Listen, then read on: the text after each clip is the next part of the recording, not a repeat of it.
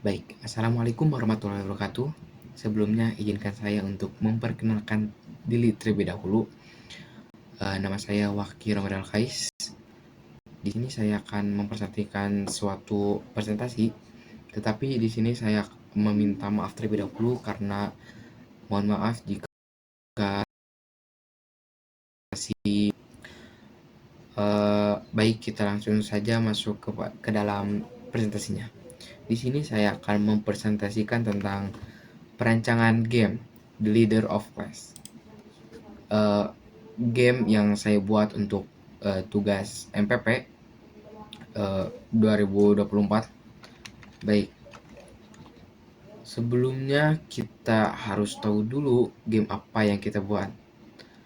Nah, pas saya ditugaskan untuk membuat perancangan atau membuat game, saya sangat bingung.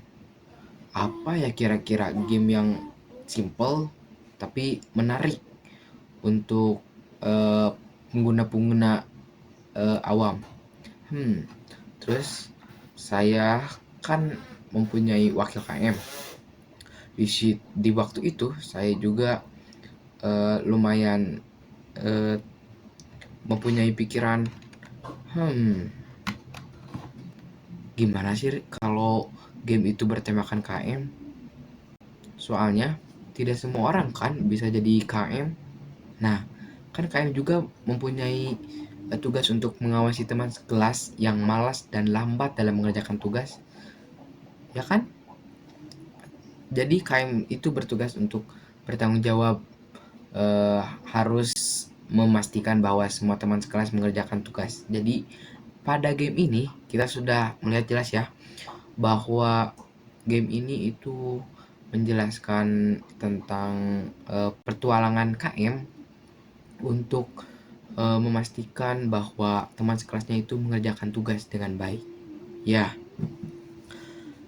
game ini bergenre adventure. Maaf. Terus yang ada pada game ini juga apa aja sih? Nah, genre gamenya itu termasuk kategori game aksi atau adventure karena pada game ini juga genrenya itu seperti petualangan. Jadi si KM itu berpetualang menyelamatkan teman-temannya yang lambat mengerjakan tugas atau tidak mengerjakan tugas sama sekali. Jadi diselesaikan oleh KM atau memotivasi teman-temannya agar mengerjakan tugas. Pada game ini juga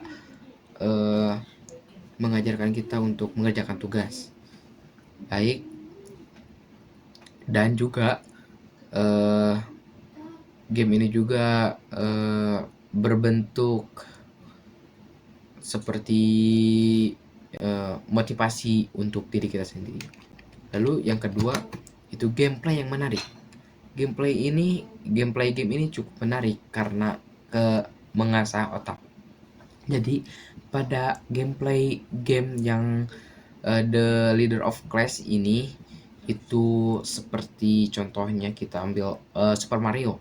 Nah, jadi kita berperan sebagai KM itu untuk menyelamatkan.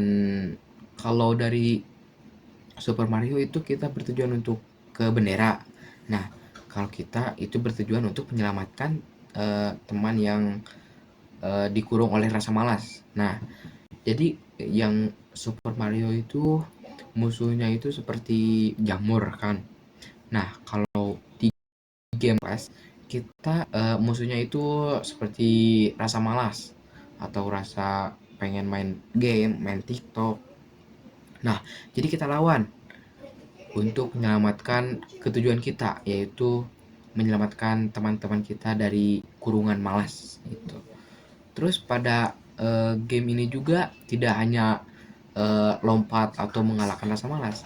Di game ini juga terdapat mini game yang cukup mengasah otak. Jadi cukup menarik untuk dimainkan. Dan ya, kembali ke tadi, saya juga ingin membuat game yang cukup simpel tapi lumayan agak menarik gitu.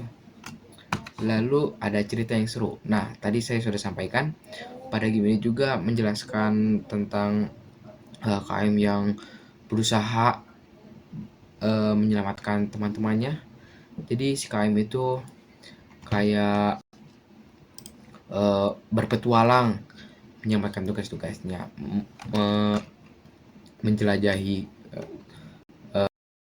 pikiran orang teman-temannya. Jadi pada proses pembuatan game ini, saya akan memilih game engine yang cukup populer tetapi simple untuk dipelajari.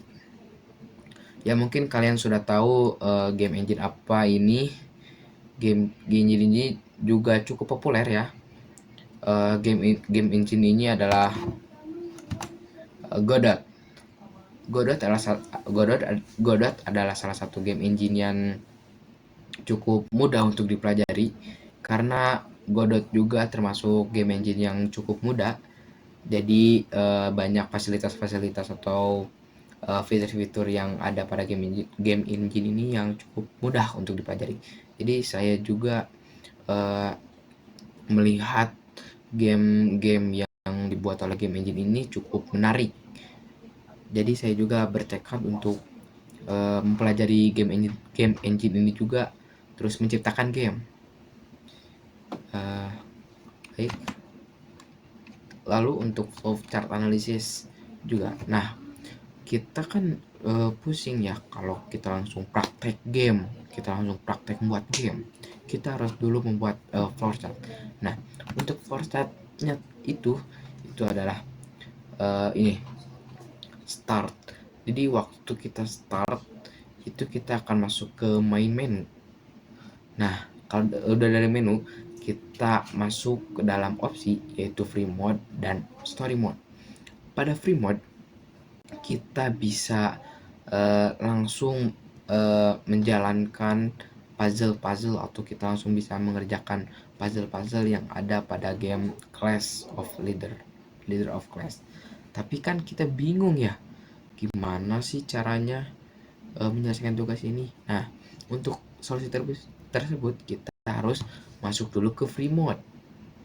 Nah, kita lanjut aja ke free mode dulu.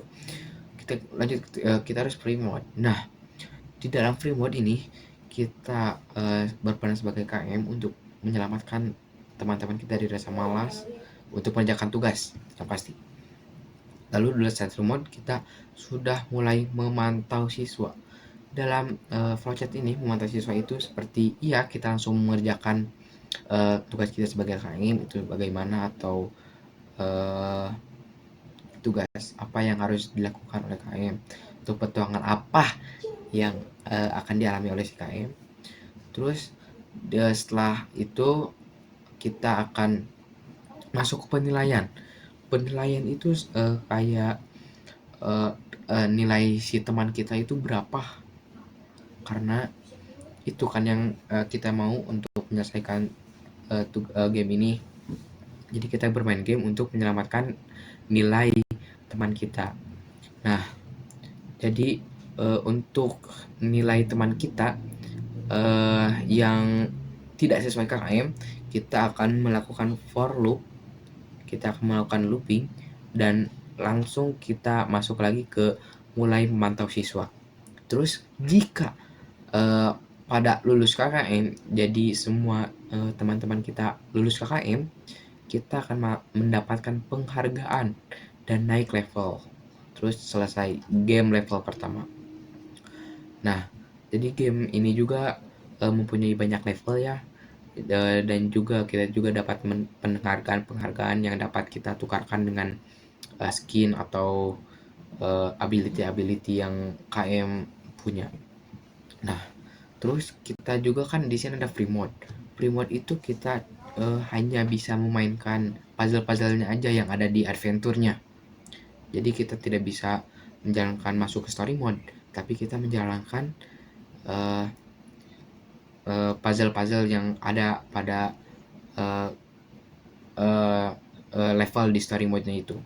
Terus di dalam free mode juga kita dapat memilih kesulitan. Di sini ada yang susah dan yang gampang. Baik, mungkin hanya sekian presentasi perancangan game yang saya akan buat.